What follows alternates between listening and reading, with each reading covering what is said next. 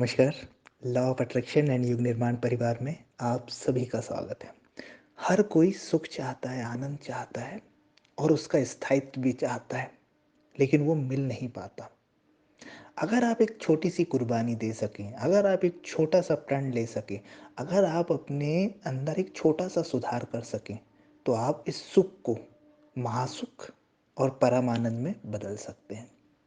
देखिए, जब हमें सुख आता है ना, तो हम उसमें डूब जाते हैं, हम उसमें खो जाते हैं, बेहोश हो जाते हैं और चाहते हैं कि ये स्थायी रहे। और जब दुःख आता है, तो हम बिल्कुल उससे कटना चाहते हैं, भागना चाहते हैं और एकदम से उसको रोकने को, उसको दूर करने के उपाय करने लगते हैं। लेकिन सुख और दुःख जो है ना, ये मन के स्वभाव है। जब मन सुख में टिक जाता है, तो वहाँ वो बोर होता है।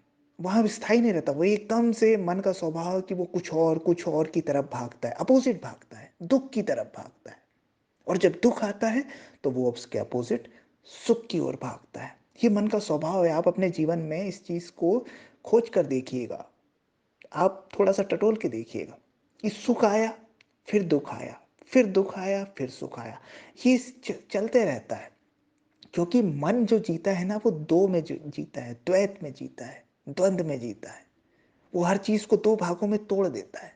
अगर किसी चीज़ को 2 भागों में ना तोड़ा जाए ना, तो मन रह ही ना जाए, मन समाप्त हो जाए। लेकिन मन चूँकि जीना चाहता है, अपना विकास करना चाहता है, इसलिए वो हर चीज़ को 2 भागों में तोड़ता है, सुख-दुःख, अच्छा-बुरा, नेगेटिव, पॉज़िटिव, ये वो। और आप भी बस आपने चूँकि अपने आप को मन माना हुआ है, मन से तादाद में किया हुआ है, तो आप भी बस इसमें उलझे रहते हैं। लेकिन आपका जो अल्टीमेट गोल है ना, जो एक आपका स्वभाव है, जो आपका लक्ष्य है, जिसे आपने जाना ही नहीं है, बस कभी-कभी महसूस होता है, वो है आनंद का, परम सुख का। वहाँ अगर आप प्रतिष्ठित होना सीख जाएँ, अगर उसे पकड़ना सीख जाएँ, तो फिर आपके जीवन से ये सो कॉल्ड सुख और दुःख विदा हो जाते हैं। फिर आप आनंद में हमेशा के लिए स्थापित हो जाते हैं। देखिए, सुख और दुःख ये मन के लक्षण हैं, ये मन की विशेषताएँ हैं, ये मन के स्तर पर घटते हैं। और जो आनंद है, असीम शांति है, परम आनंद है, उसका कोई कुछ भी नाम दे दें, नाम दिए जा सकते हैं, लेकिन वो सिर्फ़ एक अनुभूति है। उसे सिर्फ़ वहाँ पहुँच के ही जाना जा सकता है। तो वो जो घटता है, वो घटता है आत्मा के लेवल पर, आपके स्वयं के स्तर पर। तो आप बस एक चीज़ करना शुरू कर दें। जब आपको जीवन में सुख लगे, खुशियाँ बिल्कुल अपार आ गई हैं, तो बिल्कुल उसके साथ आप ऐसे बिल्कुल अपने आप को तादाद में ना कर लें, कि बस अब ये मैं हो गया, अब तो ये मेरा सब कुछ हो गया। क्योंकि वो जाने वाला है, अस्थायी है और सुख जिसे आप भोग रहे हैं और एकदम से वो कन्वर्ट होता है, जाता है ना, तो बड़ा कष्टकारी होता है। जितना बड़ा सुख होता है, उतनी ही बड़ी दुःख की पीड़ा होती है। तो जब आपके जीवन में सुख आए, सुख को रोकिए मत, आने दीजिए। लेकिन आप साक्षी बने रहें, आप उस सुख के प्रति जागे रहें कि ये सुख आया है, मन पर, शरीर पर, एक खुशी की लहर आई है, एक कोई बड़ी घटना घटी है, हमें सुख प्राप्त हुआ है। लेकिन मैं इसे जानने वाला हूँ, इसका भोग मेरा मन, मेरा शरीर कर रहा है, मैं तो जानने वाला हूँ। ठीक है? अगर आप इतना कर सके सुख के दौरान, तो ऑटोमैटिकली दुःख जब आएगा ना, तो आप दुःख के भी साक्षी हो जाएँगे। दुःख भी आप पर प्रभाव नहीं डाल पाएगा। वो मन और शरीर के लेवल पे रहेगा और विलीन हो जाएगा। लेकिन आप क्या करते हैं, आप दुःख के तो साक्षी होना चाहते हैं। दुःख आया, पीड़ा आया तो अरे साक्षी हो जाओ। दुःख हम नहीं हैं, हम मन नहीं हैं, हम शरीर नहीं हैं, हम तो आत्मा हैं। ठीक है? और जब सुख आता है तो हम ही हम हैं भैया, कहाँ की आत्मा, कहाँ का क्या? कोई साक्षी नहीं, हम ही करता है, हमारा सुख है। तो ये 2 जो डबल माइंडेड पॉलिसी है ना, ये नहीं चलेगी। आपको सुख के भी साक्षी होना पड़ेगा और दुःख के भी साक्षी होना पड़ेगा।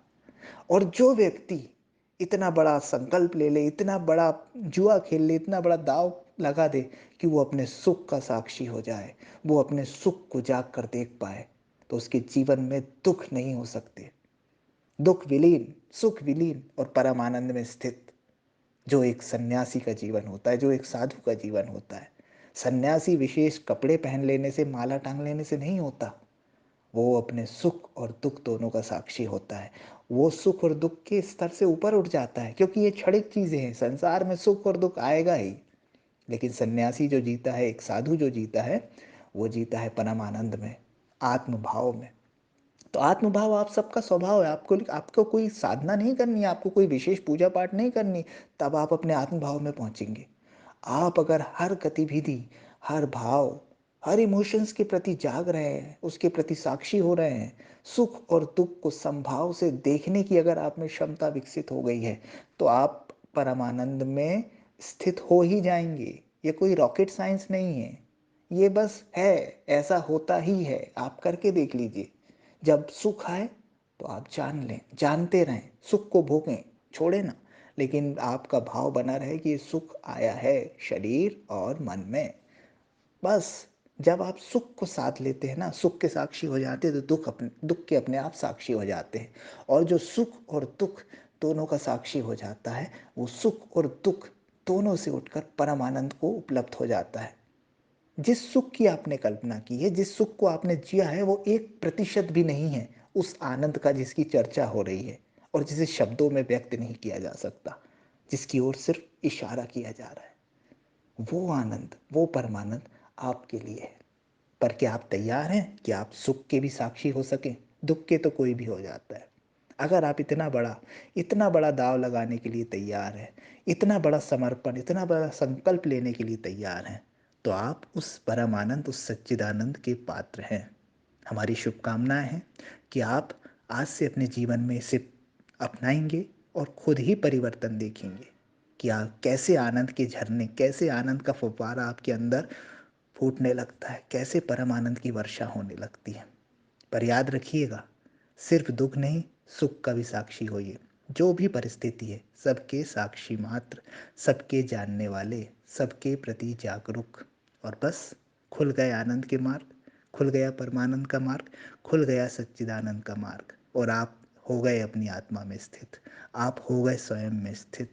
और बस फिर तो देखिए कि क्या ही कहने हैं, शब्द नहीं है।